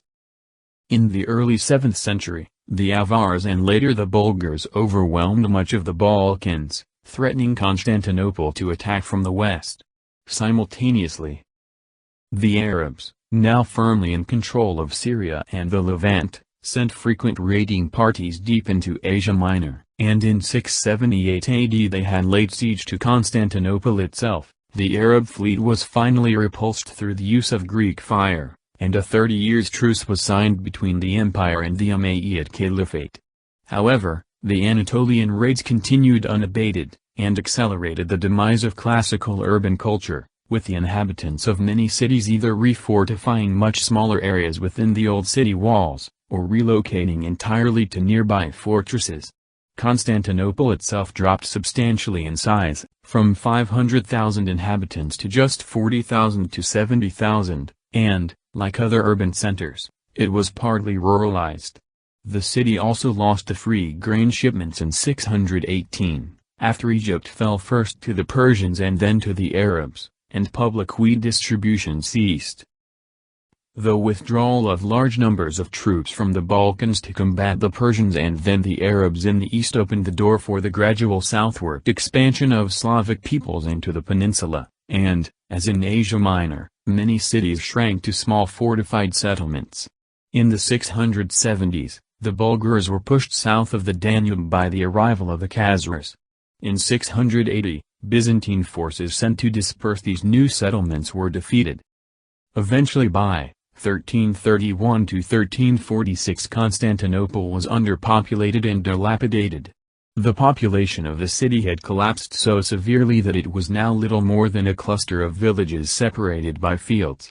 On April 2, 1453, Sultan Mehmed's army of 80,000 men and large numbers of irregulars laid siege to the city.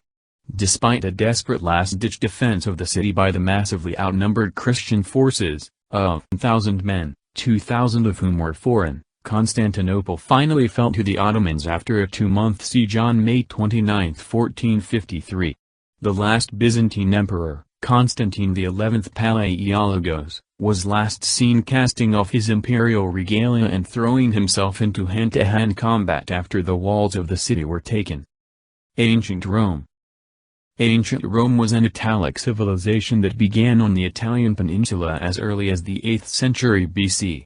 Located along the Mediterranean Sea and centered on the city of Rome, it expanded to become one of the largest empires in the ancient world with an estimated 50 to 90 million inhabitants, roughly 20% of the world's population, and covering 6.5 million square kilometers, 2.5 million square miles, during its height between the 1st and 2nd centuries AD. Ancient Roman society has contributed to modern government, law, politics, engineering, art, literature, architecture, technology, warfare, religion, language and society. A highly developed civilization, Rome professionalized and expanded its military and created a system of government called res publica, the inspiration for modern republics such as the United States and France. It achieved impressive technological and architectural feats, such as the construction of an extensive system of aqueducts and roads, as well as the construction of large monuments, palaces, and public facilities. The imperial city of Rome was the largest urban center of its time, with a population of about 1 million people, about the size of London in the early 19th century, when London was the largest city in the world. 10 in 1930 gives an estimate of the population of Rome to about 160,000 for 340 BC. After reaching 300,000 in the mid-3rd century, population again fluctuated, with growth picking up once again during the 2nd century, and entering a phase of exponential growth in the 1st century, during which population tripled from circa 320,000 to 1 million. Population peaked at the height of imperial power in the early 2nd century. Then, with the crisis of the 3rd century it declined, at first gradually, then, with the collapse of the Western Roman Empire, catastrophically, losing more than 95% of its population. And in 546 it was even depopulated entirely. After some 1,200 years of independence and nearly 700 years as a great power, the rule of Rome in the West ended. Various reasons why it ended have been proposed ever since, including loss of republicanism, moral decay, military tyranny, class war, slavery, economic stagnation, environmental change, disease, the decline of the Roman race, as well as the inevitable ebb and flow that all civilizations experience. At the time many pagans argued Christianity and the decline of traditional Roman religion were responsible, as did some rationalist thinkers of the modern era, while Christians such as St. Augustine argued the sinful nature of Roman society itself was to blame. Next we will look at the major civilizations in Central America. Moquaya.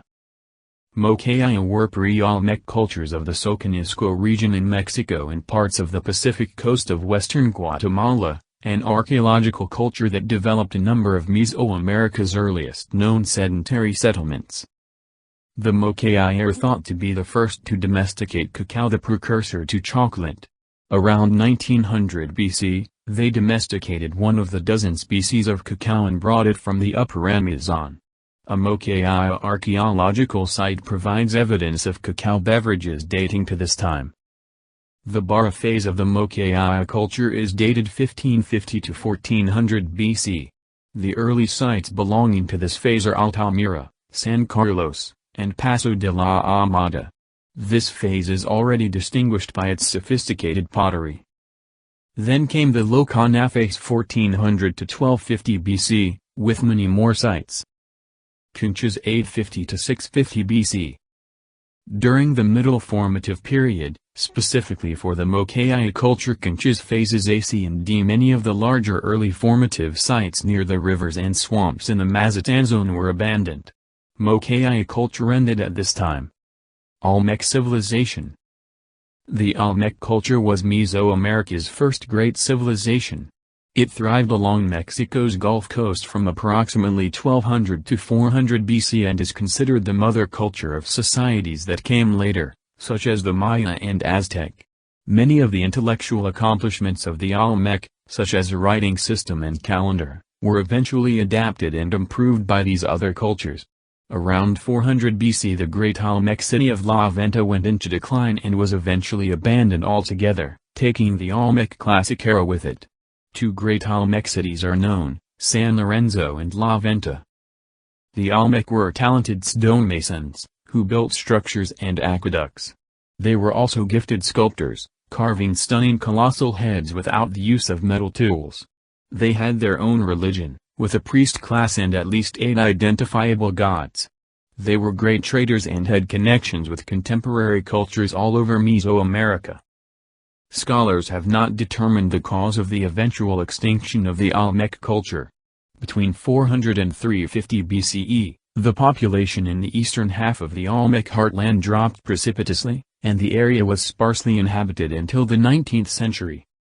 Collapse of Preclassic Maya. The Preclassic period in Maya history stretches from the beginning of permanent village life circa 1000 BC until the advent of the Classic period circa 250 AD. Major archaeological sites of this period include Nakp, Oxectun, Ciibal, San Bartolo, Cival, and Del Mirador in Guatemala, Coatepec, and Cerros in Belize, and Calakmul, Yaxnaca, Icabal, Comcan, and Zacnesa in Mexico.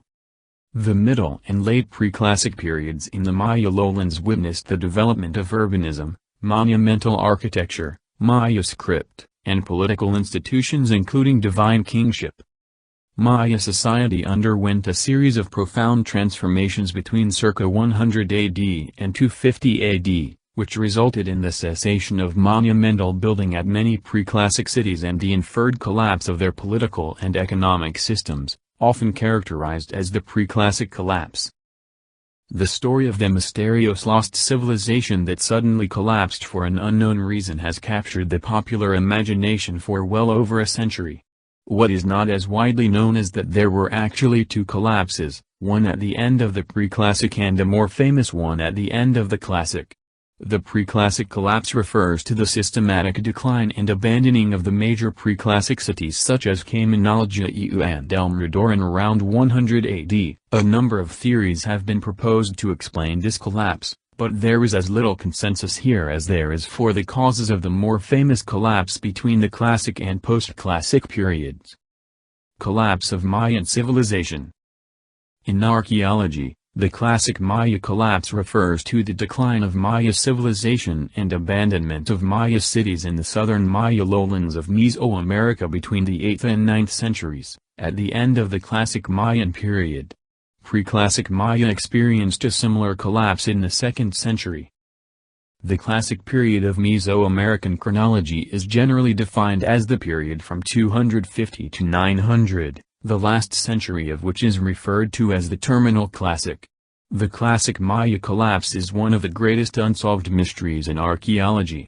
Urban centers off the southern lowlands, among them Palenque, Copan, Tikal, Calakmul, went into decline during the 8th and 9th centuries and were abandoned shortly thereafter. Archaeologically, this decline is indicated by the cessation of monumental inscriptions and the reduction of large-scale architectural construction at the primary urban centers of the Classic period.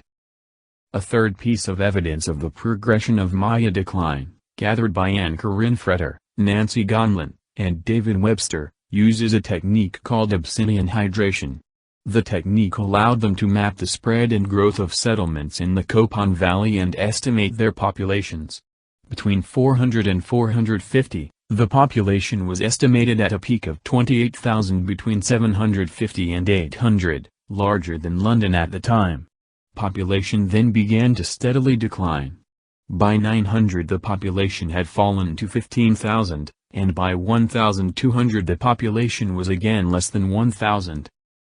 In the southern Yucatan and central Payton, kingdoms declined. In western Payton and some other areas, the changes were catastrophic and resulted in the rapid depopulation of cities. Within a couple of generations, large swaths of the central Maya area were all but abandoned. Both the capitals and their secondary centers were generally abandoned within a period of 50 to 100 years. Cities stopped sculpting dated monuments. The last long count date was inscribed at Tanina in 909. Stelae were no longer raised, and squatters moved into abandoned royal palaces. The Maya often recorded dates on monuments they built. Few dated monuments were being built circa 500, around 10 per year in 514, for example. The number steadily increased to make this number 20 per year by 672 and 40 by around 750. After this, the number of dated monuments begins to falter relatively quickly, collapsing back to 10 by 800 and to 0 by 900. Aztec Empire. From the 13th century, the Valley of Mexico was the heart of Aztec civilization. Here the capital of the Aztec Triple Alliance, the city of Tenochtitlan, was built upon raised islets in Lake Texcoco. The Triple Alliance formed a tributary empire expanding its political hegemony far beyond the Valley of Mexico, conquering other city-states throughout Mesoamerica. At its pinnacle, Aztec culture had rich and complex mythological and religious traditions, as well as achieving remarkable architectural and artistic accomplishments. In 1521 Hernan Cortés, along with a large number of Nahuatl-speaking indigenous allies, conquered Tenochtitlan and defeated the Aztec Triple Alliance under the leadership of Huitlahuac Moctezuma II. Subsequently the Spanish founded the new settlement of Mexico City on the site of the ruined Aztec capital, from where they proceeded with the process of colonizing Central America. In 1520, an outbreak of smallpox swept through the population of Tenochtitlan and was decisive in the fall of the city. It is estimated that between 10% and 50% of the population fell victim to this epidemic. Subsequently, the Valley of Mexico was hit with two more epidemics, smallpox, 1548, and typhus, 1581. The Spaniards, to consolidate the diminishing population, merged the survivors from small towns in the Valley of Mexico into bigger ones. This broke the power of the upper classes, but did not dissolve the coherence of the indigenous society in Greater Mexico. The population before the time of the conquest is unknown and hotly contested, but disease is known to have ravaged the region. Thus, the indigenous population of the Valley of Mexico is estimated to have declined by more than 80% in the course of about 60 years. Next we will look at the major civilizations in South America. Norte Chico civilization. The Norte Chico civilization was a complex pre-Columbian society that existed around 3500 BC to 1800 BC that included as many as 30 major population centers in what is now the Norte Chico region of north-central coastal Peru. Since the early 21st century, it has been established as the oldest known civilization in the Americas. Complex society in Norte Chico arose a millennium after Sumer in Mesopotamia, was contemporaneous with the Egyptian pyramids, and predated the Mesoamerican Olmec by nearly 2 millennia. Norte Chico is located in the north-central area of the coast, approximately 150 to 200 kilometers north of Lima, roughly bounded by the Lurin Valley on the south and the Casma Valley on the north. It comprises 4 coastal valleys, the Huara, Supe, Pativilca, and Fortaleza. Known sites are concentrated in the latter 3, which share a common coastal plain. The 3 principal valleys cover only 1,800 square kilometers, and research has emphasized the density of the population centers. Circa 1800 BC, the Norte Chico civilization began to decline, with more powerful centers of different cultures appearing to the south and north along the coast, and to the east inside the belt of the Andes. One researcher notes that when this civilization is in decline, we begin to find extensive canals farther north. It would be 1,000 years before the rise of the next great Peruvian culture, the Chavin. Chavin. The Chavin culture is an extinct, prehistoric civilization, named for Chavintuantre, the principal archaeological site at which its artifacts have been found. The culture developed in the northern Andean highlands of Peru from 900 BC to 200 BC. It extended its influence to other civilizations along the coast.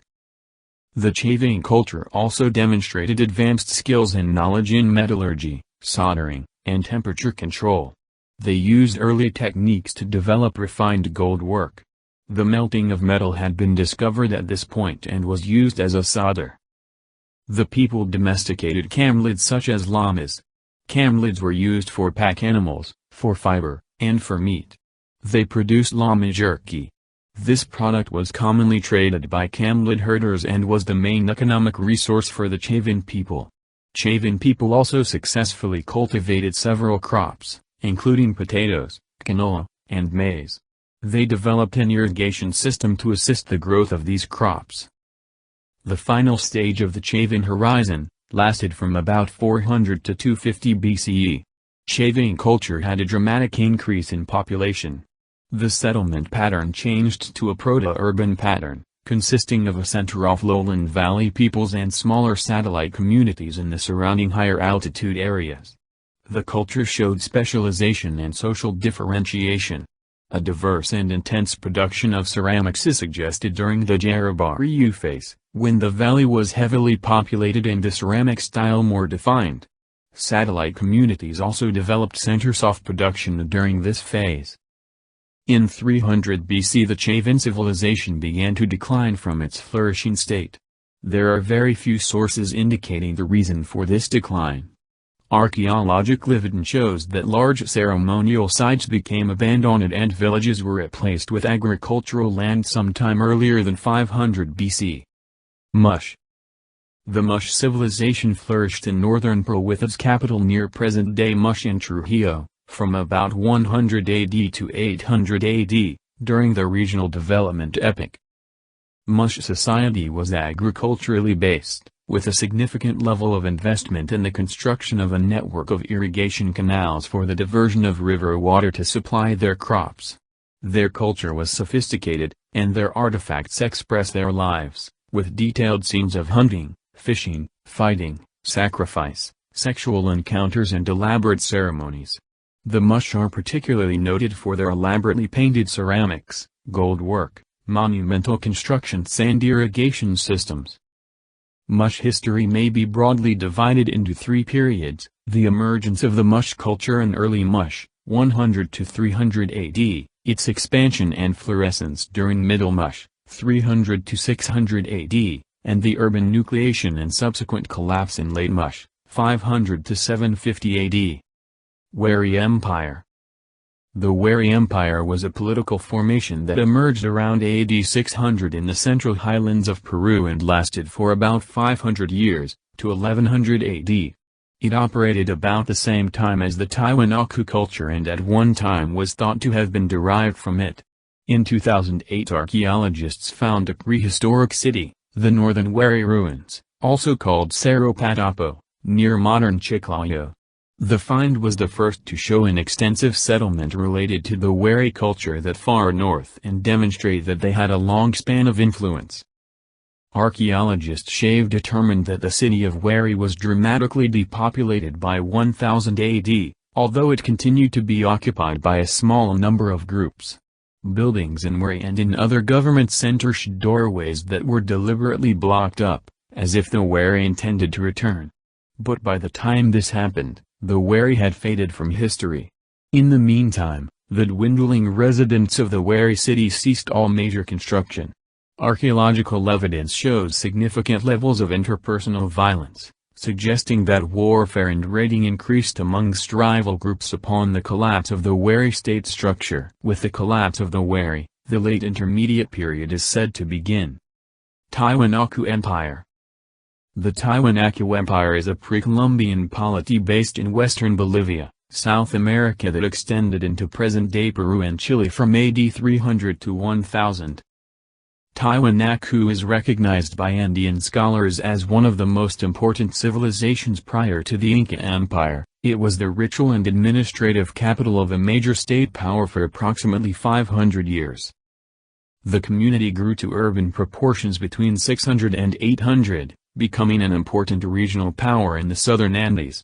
Early estimates figured that the city had covered approximately 6.5 square kilometers at its maximum, with between 15,000 to 30,000 inhabitants. However, satellite imaging since the late 20th century has caused researchers to dramatically raise their estimates of population. They found that the extent of fossilized sukakloos across the three primary valleys of Tiwanaku appeared to have the capacity to support a population of between 285,000 and 1,482,000 people.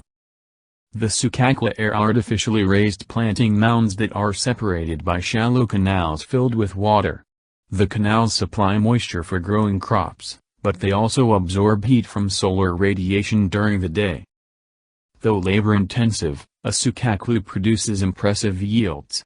While traditional agriculture in the region typically yields 2.4 metric tons of potatoes per hectare, and modern agriculture, with artificial fertilizers and pesticides, yields about 14.5 metric tons per hectare, sukakloo agriculture yields an average of 21 tons per hectare.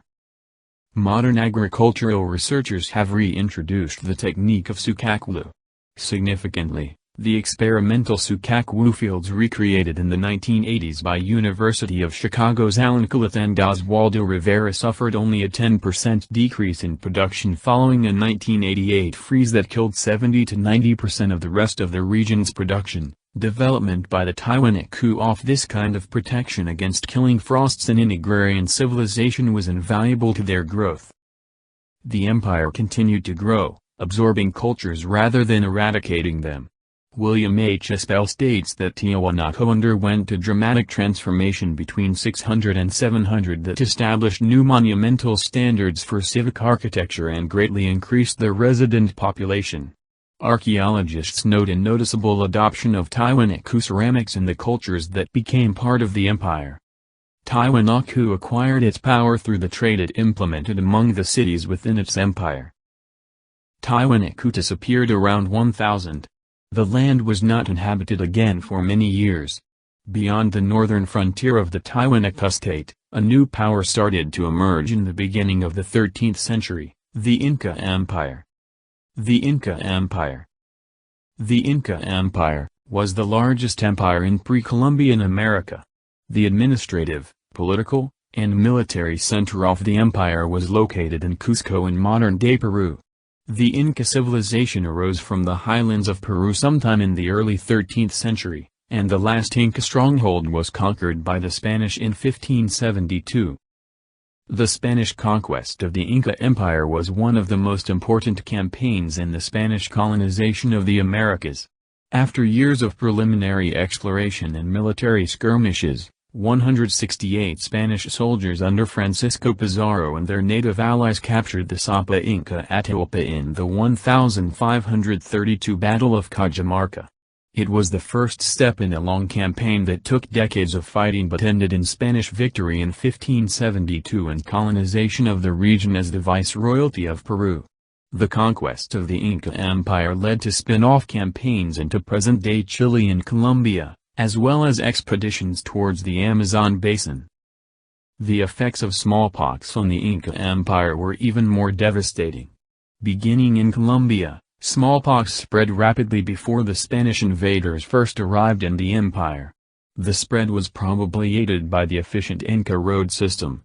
Within a few years smallpox claimed between 60% and 94% of the Inca population, with other waves of European disease weakening them further. Smallpox was only the first epidemic.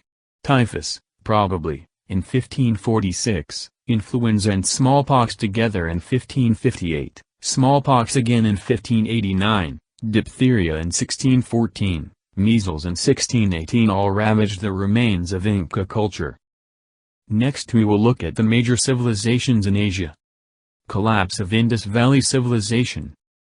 The Indus Valley Civilization was a Bronze Age civilization, 3300 to 1300 BC, mainly in northwest South Asia, extending from what today is northeast Afghanistan to Pakistan and northwest India. Along with ancient Egypt and Mesopotamia, it was one of three early civilizations of the Old World, and of the three most widespread. It flourished in the basins of the Indus River, one of the major rivers of Asia, and along a system of perennial, mostly monsoon-fed rivers that once coursed in the vicinity of the seasonal Ghaggar-Hakra River in northwest India and eastern Pakistan. Aridification of this region during the 3rd millennium BC may have been the initial spur for the urbanization associated with the civilization. At its peak, the Indus civilization may have had a population of over 5 million. Inhabitants of the ancient Indus River Valley developed new techniques in handicraft, carnelian products, seal carving, and metallurgy, copper, bronze, lead, and tin.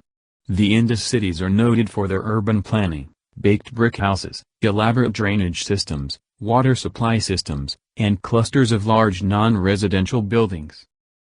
Around 1800 BC, signs of a gradual decline began to emerge, and by around 1700 BC, most of the cities were abandoned. In 1953, Sir Mortimer Wheeler proposed that the decline of the Indus civilization was caused by the invasion of an Indo-European tribe from Central Asia called the Aryans. As evidence, he cited a group of 37 skeletons found in various parts of Mohenjo-daro, and passages in the Vedas referring to battles and forts. However, scholars soon started to reject Wheeler's theory, since the skeletons belonged to a period after the city's abandonment and none were found near the citadel. Subsequent examinations of the skeletons by Kenneth Kennedy in 1994 showed that the marks on the skulls were caused by erosion, and not violent aggression. Collapse of the Khmer Empire. The Khmer Empire, the predecessor state to modern Cambodia, was a powerful Khmer Hindu-Buddhist empire in Southeast Asia. The empire, which grew out of the former kingdoms of Funan and Chunma, at times ruled over and/or vassalized most of mainland Southeast Asia, parts of modern-day Laos, Thailand, and southern Vietnam. Its greatest legacy is Angkor, in present-day Cambodia, which was the site of the capital city during the empire's zenith. The majestic monuments of Angkor, such as Angkor Wat and Bayon, bear testimony to the Khmer Empire's immense power and wealth, impressive art and culture, architectural technique and aesthetics achievements, as well as the variety of belief systems that it patronized over time. Satellite imaging has revealed that Angkor, during its peak in the 11th to 13th centuries, was the largest pre-industrial urban center in the world. By the 14th century, the Khmer Empire suffered a long, arduous, and steady decline leading to the Dark Ages of Cambodia. Stone epigraphy in temples, which had been the primary source for Khmer history, is already a rarity throughout the 13th century. It ends in the 3rd decade of the 14th, and does not resume until the mid-16th century. Recording of the royal chronology discontinues with King Jayavarman Ikspir Rameshwaraho reigned from 1327 to 1336. There exists not a single contemporary record of even a king's name for over 200 years. Construction and maintenance of monumental temple architecture had come to a standstill after Jayavarman's reign. Following the abandonment of the capital Yasodharapura and the Angkorian sites, the few remaining Khmer survivors, with Siamese help, established a new capital around 200 kilometers to the southeast on the site which is modern-day Phnom Penh, at the confluence of the Mekong and the Donal Sap River. Longshan culture. The Longshan culture, also sometimes referred to as the Black Pottery culture, was a late Neolithic culture in the Middle and Lower Yellow River Valley areas of northern China, dated from about 3000 to 1900 BC. The first archaeological find of this culture took place at the Changxia archaeological site in 1928, with the first excavations in 1931. The culture is named after the nearby modern town of Longshan. Dragon Mountain, in Zangqiu, Shandong. The Longshan culture was noted for its highly polished black pottery, or eggshell pottery. The population expanded dramatically, and many settlements had rammed earth walls. Towards the end of the 3rd millennium BC, the population decreased sharply in most of the region and many of the larger centers were abandoned. This was matched by the disappearance of high-quality black pottery found in ritual burials. Lower Zyagatian culture. The Lower Zyagatian culture, 2200 BC to 1600 BC, is an archaeological culture in northeast China, found mainly in southeastern Inner Mongolia, northern Hebei and western Liaoning, China. Subsistence was based on millet farming supplemented with animal husbandry and hunting. Archaeological sites have yielded the remains of pigs, dogs, sheep and cattle. The culture built permanent settlements and achieved relatively high population densities. The population levels reached by the lower Xiagetian culture in the Chifeng region would not be matched until the Liao dynasty in 907 to 1125 AD. Ancient China. Written records of the history of China can be found from as early as 1500 BC under the Shang dynasty, circa 1600 to 1046 BC. Ancient historical texts, such as the records of the Grand Historian circa 100 BC, and the Bamboo Annals describe a Xia dynasty, circa 2070 to 1600 BC, which had no system of writing on a durable medium, before the Shang. The Yellow River is said to be the cradle of Chinese civilization, although cultures originated at various regional centers along both the Yellow River and the Yangtze River valleys millennia ago in the Neolithic era. With thousands of years of continuous history, China is one of the world's oldest civilizations, and is regarded as one of the cradles of civilization. Between eras of multiple kingdoms and warlordism, Chinese dynasties have ruled parts or all of China. In some eras control stretched as far as Xinjiang and Tibet, as at present. In 221 BC Qin Shi Huang united the various warring kingdoms and created for himself the title of Emperor of the Qin dynasty, marking the beginning of Imperial China. Successive dynasties developed bureaucratic systems that enabled the emperor to control vast territories directly. China's last dynasty was the Qing, 1644 to 1912, which was replaced by the Republic of China in 1912, and by the People's Republic of China in 1949. Great unity in China. Some civilizations like the Chinese have managed to maintain what is classically called the Great Unity. Egypt is also one of those civilizations that seemed to be stable for a long period of time. However, a general characteristic of these civilizations is that they always had a very large rural population to fall back on. Unlike the urbanized Romans and Greek who mostly lived in cities and relied on trade.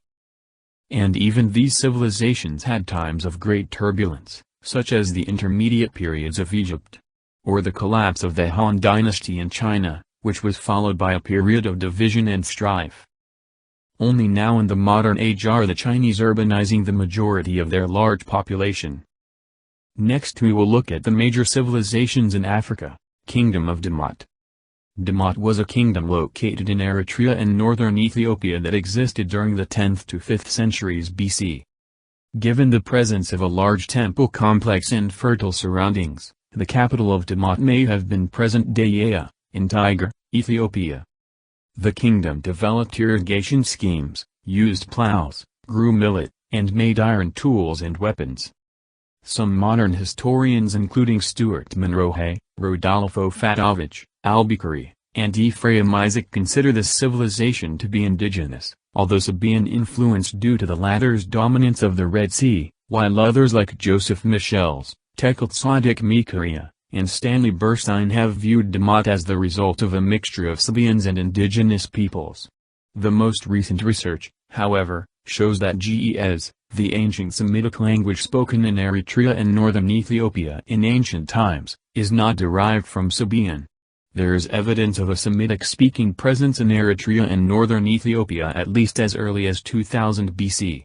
It is now believed that Sabaean influence was minor, limited to a few localities, and disappeared after a few decades or a century, perhaps representing a trading or military colony in some sort of symbiosis or military alliance with the civilization of Damat or some other Proto-Semite state.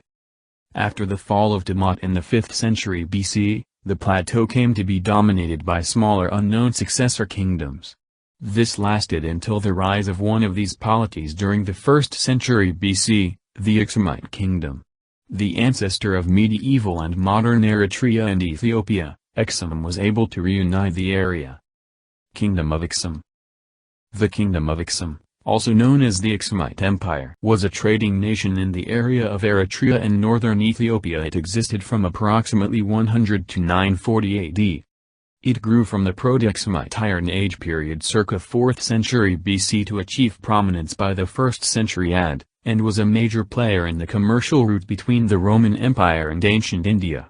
The Aksumite rulers facilitated trade by minting their own Aksumite currency. The state established its hegemony over the declining kingdom of Kush and regularly entered the politics of the kingdoms on the Arabian Peninsula, eventually extending its rule over the region with the conquest of the Himyarite kingdom.